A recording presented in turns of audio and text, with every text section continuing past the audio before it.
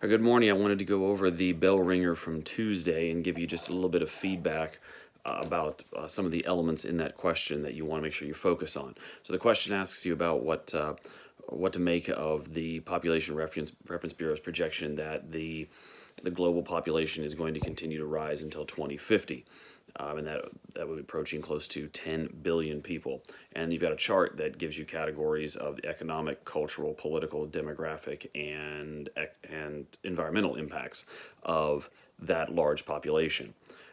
So we'll start off with the economic area, and you don't have to have all of these, but these are things to consider, and you may actually have some additional answers to these, and if you're wondering if those are correct or not, feel free to email me and I'll take a look at them and get right back to you. Some of the things that I would focus on when it talks about economic, more jobs being needed. If you're going to have more people, you're going to have more people looking for work, so the economy is going to have to grow to meet that need. You're also going to have an increased number of workers. Increased number of workers is going to drive down wages, which is going to seem bad for the workers, but remember, if you think like a business owner, that's good for the business. Employees get cheaper. More customers. So each business is going to have more opportunity to earn more money by selling more items to more people. And then finally, more demand on resources. Now, some of you are like, I use demand on resources for an environmental impact. You're correct, but as there's more of a demand for resources, that's going to push up the price for those resources and increase the cost of production. Under the cultural component, one of the things that I noted was that some populations are going to rise more than others. Not everybody in the world is going to see this massive increase in population, and so you're going to see certain parts of the world have more cultural influence because they have more culture producers, culture consumers, and so it would be expected there'd be new changes in which parts of the world are consuming and driving cultural customs and traits. You're also going to see new trends being created. You're going to see new pop culture ideas, not just who's doing them, but whole new cultural practices, because there's going to be a new norm for what it means to live in a larger populated world. And then, of course, we expect to see the rise of the culture of urbanization. Urbanization is a phenomenon that's been affecting human population for the last 10,000 years. It's just rapidly increasing its influence, and there are a lot of parts of the world today that are very rural that would likely have to convert to being very urban in order to support a larger population.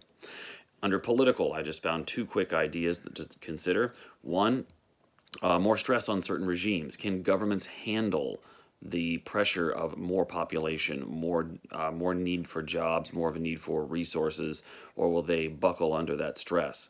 And then finally, with that buckling under stress, you'd likely see more devolution, breaking down of central authority, and maybe balkanization, the breakdown of the country itself. So might we see revolutions and changes in states, or even larger countries breaking down into smaller ones?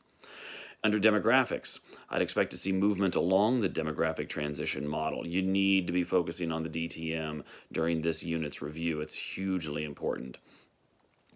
Some countries would see an increased youth population as well. Most of that population growth is going to be through babies being born, not just old people not dying. So the biggest amount of growth is which countries are going to see that stress created by new young people looking for school, needing health care, needing to be fed. In other words, more dependence. We call this dependency ratio would increase in a lot of countries. That means the ratio between the people who produce and those who depend. If you're having a baby boom, your dependency ratio is going up. And then you get some countries that would have an increased number of youth, and those youth will eventually look for jobs, won't find them at home.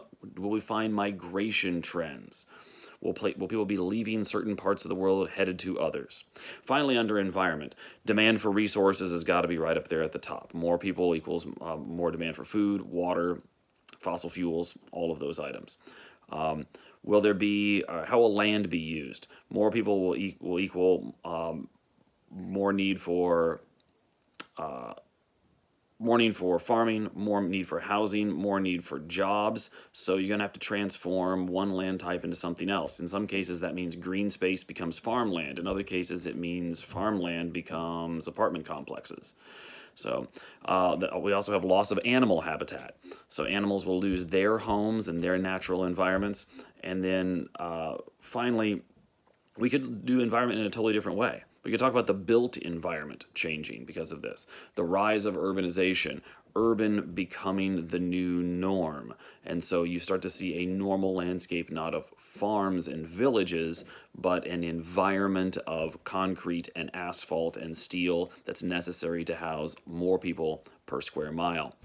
Okay, so that's it for that particular bell ringer. Just a reminder that you need to hit AP Classroom. You need to check out the review packet. I'm going to try and post those answers for the review packet tomorrow, so that way if you want to look over those before you submit your AP Classroom answers, you'll have the chance to do that.